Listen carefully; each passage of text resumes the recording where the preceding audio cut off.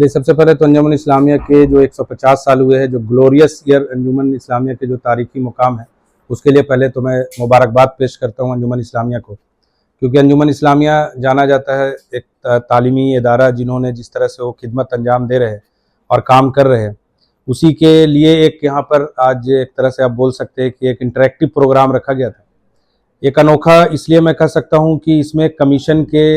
तरफ से national commission for minority educational institution, जो कि fundamental rights article 30 sub clause 1 में देखती है कि माइनॉरिटी एजुकेशनल इंस्टीट्यूशन जो है अपने हिसाब से एजुकेशनल इंस्टीट्यूशन इस्टेब्लिश कर सकते हैं और अपने चॉइस के हिसाब से एडमिनिस्टर कर सकते हैं। उसके नाते खुद मैं यहाँ पर आज मौजूद था। साथ में मैंने डायरेक्शन दिया था कि जो महाराष्ट्र सरकार के जो competent authority joint secretary minority affair ministry के उनके सारे ऑफिसर्स थे, डिस्ट्रिक्ट के डीएम हरसेल्फ यहाँ पे वो मौजूद रही, उनके साथ उनकी पूरी टीम थी और अंजुमन इस्लामिया ने कंडक्ट किया ये प्रोग्राम को।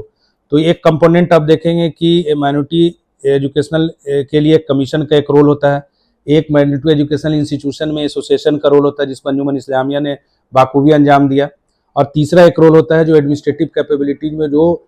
इम्प्लीमेंट करते हैं स्कीम्स को और उसको अमली जामा पहनाते हैं, उसमें एक एडमिनिस्ट्रेटिव पोजीशन में जो हेड कर रही हैं डीएम साहिबा खुद मौजूद थी। इस तरह के कार्यक्रम महाराष्ट्र नहीं बल्कि पूरे देश में होनी चाहिए, हो भी रहे हैं कमीशन के इनिशिएटिव से।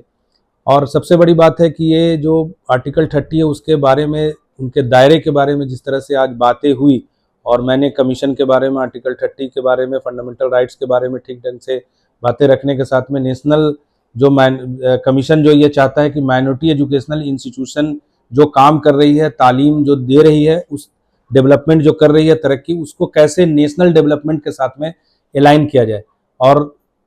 हर एक जो माइनॉरिटी एजुकेशनल इंस्टीट्यूशन है उसके राष्ट्र के निर्माण में एक अहम योगदान हो। तो उस सिलसिले में बातचीत हुई है। जो उनके कॉन्स्टिट्यूशनल फंडामेंटल राइट्स है उसको बहुत ही विस्तृत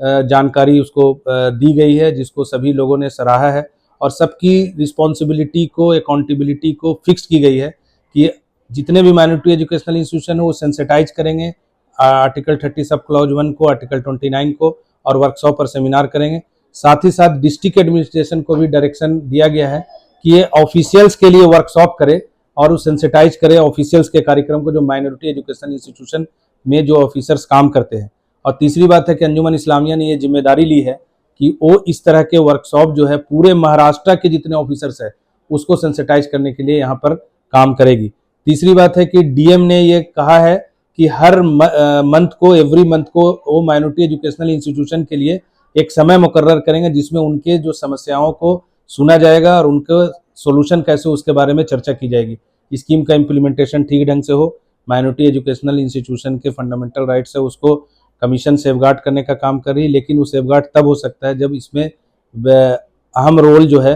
माइनॉरिटी एजुकेशनल इंस्टीट्यूशन और जो एडमिनिस्ट्रेटिव कैपेबिलिटीज में जो लोग काम कर रहे हैं वो बेदार हो और जागरूक होने के साथ में ठीक ढंग से एजुकेशनल इदारा को आगे ले जाए और लिंग्विस्टिक और रिलीजियस माइनॉरिटी के जो राइट्स है, खास करके जो मैंने एक बात कही कि हमारी पहचान जो है यूनिटी एंड डाइवर्सिटी में है, और आर्टिकल 30 जो है ये कल्चरल जो राइट्स है, जो हमारी सांस्कृतिक विरासत है उसको सजोने का भी काम करता है, और उसके जो तहजीब है, और हम तालीम, तरक्की और तहजीब को एक समअप करके जो आज इस सेमिनार में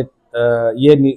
कंक्लूजन निकला कि हम तालीम से तरक्की करेंगे और तरक्की करने का एक ऐसा भारत बनाएंगे जो कि विकसित भारत हो और उस भारत में तहजीब वाला भारत हो। उसमें एक सेमिनार में ये बातें सब लोगों ने कही है और सबका कंट्रीब्यूशन होगा और सबका अहम रोल होगा। मुझे यकीन है कि जो सेमिनार में बातें कही गई हैं वो सबको इसको इम्प्लीमेंट करेंगे।